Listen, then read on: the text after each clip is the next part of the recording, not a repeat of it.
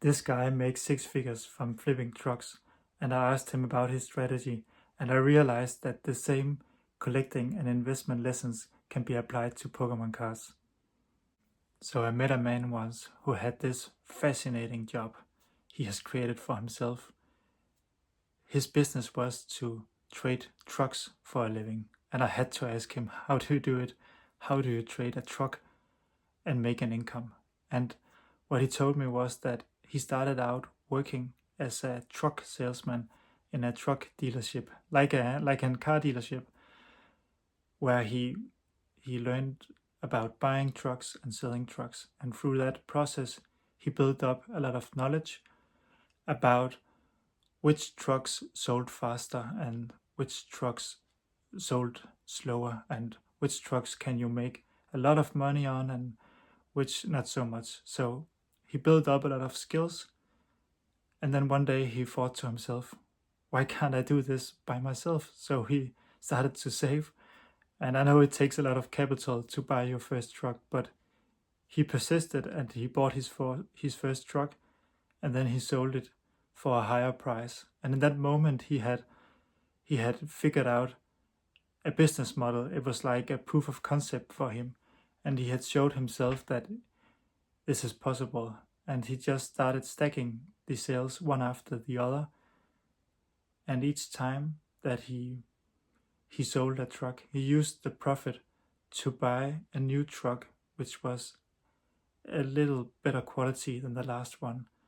And for each purchase he improved the quality of the trucks, and he found out that more expensive and luxurious trucks, they sell faster and they are easier to get off your hands.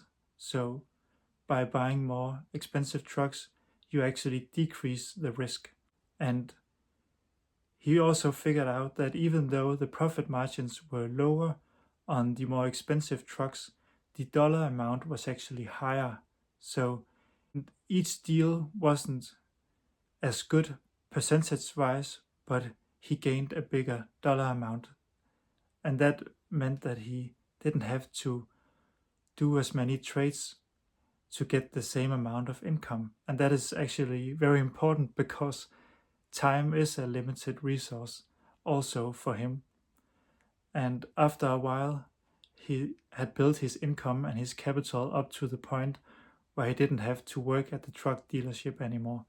And now he can sustain both himself and his family through this business. And he has also advanced the business to incorporate more advanced techniques, where he actually use geo arbitrage to buy a truck from countries where you can buy trucks very cheap and sell them to other countries where they are willing to buy the trucks for a much higher price, for a premium. He has also built up some processes about paperwork that he provides as a service, an extra service to gain more income.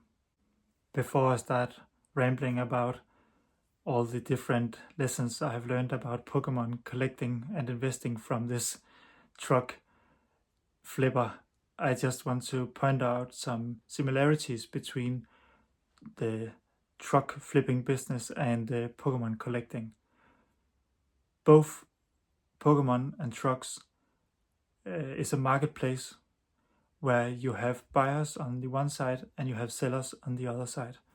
And both markets are inefficient in the way that there are information asymmetries. So you have different people in the marketplace with different amount of knowledge about the products.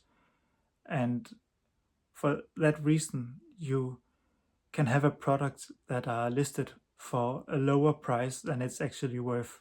And you can have the same product in another listing that is listed for a higher price than it's worth for a premium.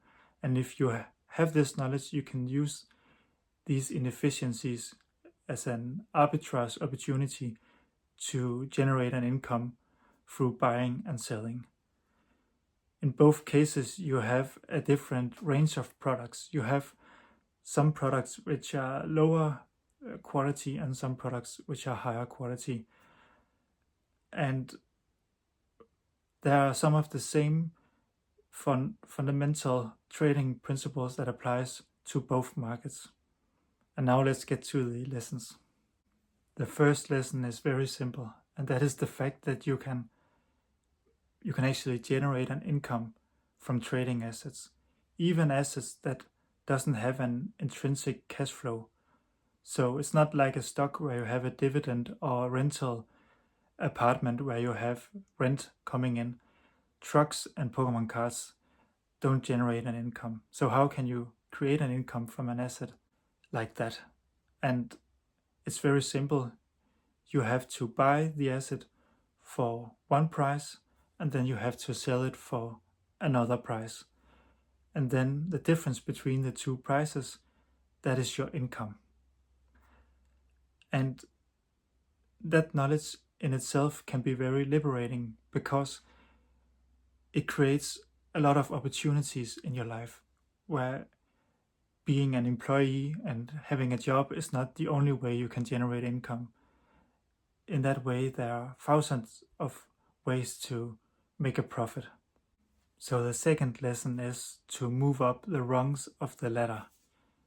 It is to use the profit from one sale to buy a new product with a greater quality. So you buy a cheap card and you sell it for a profit, and you buy a more expensive card of higher quality, and then you build up the quality one sale at a time until you have reached the point where you can actually buy a high-end card.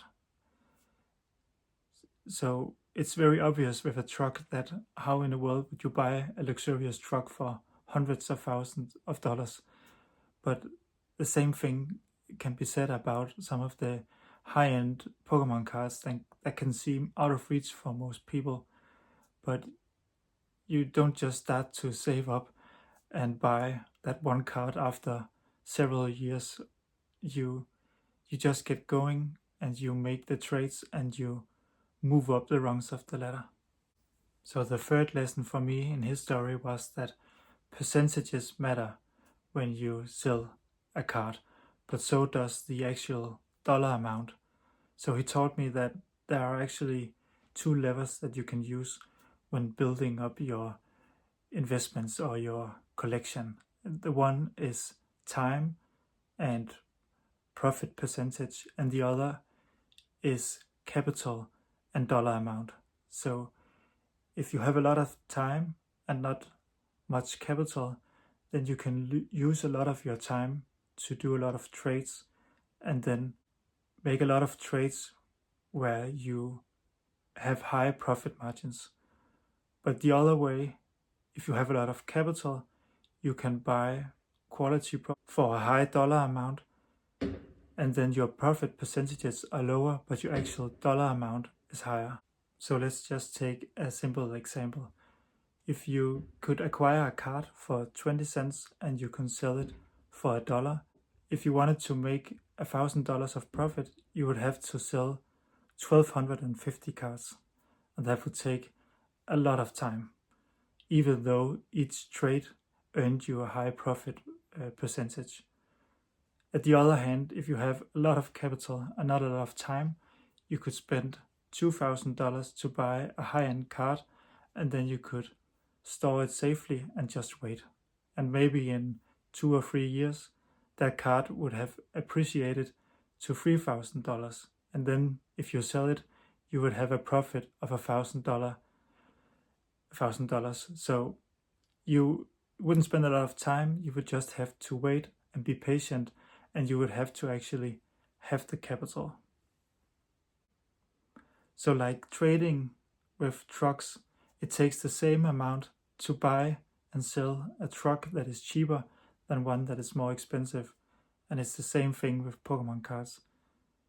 It takes the same amount of time to buy a card for $1 than it takes to buy one card for 2,000 and sell it for 3,000.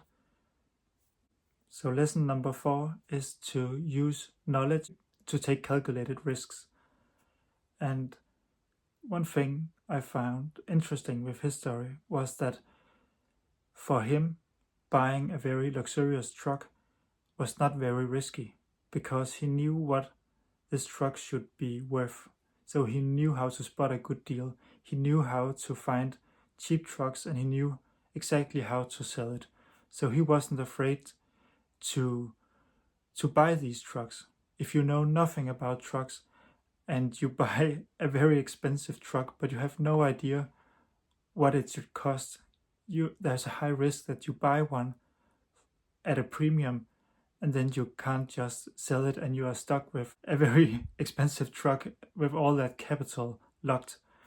Or if you have to sell it, you would have to sell it for a loss.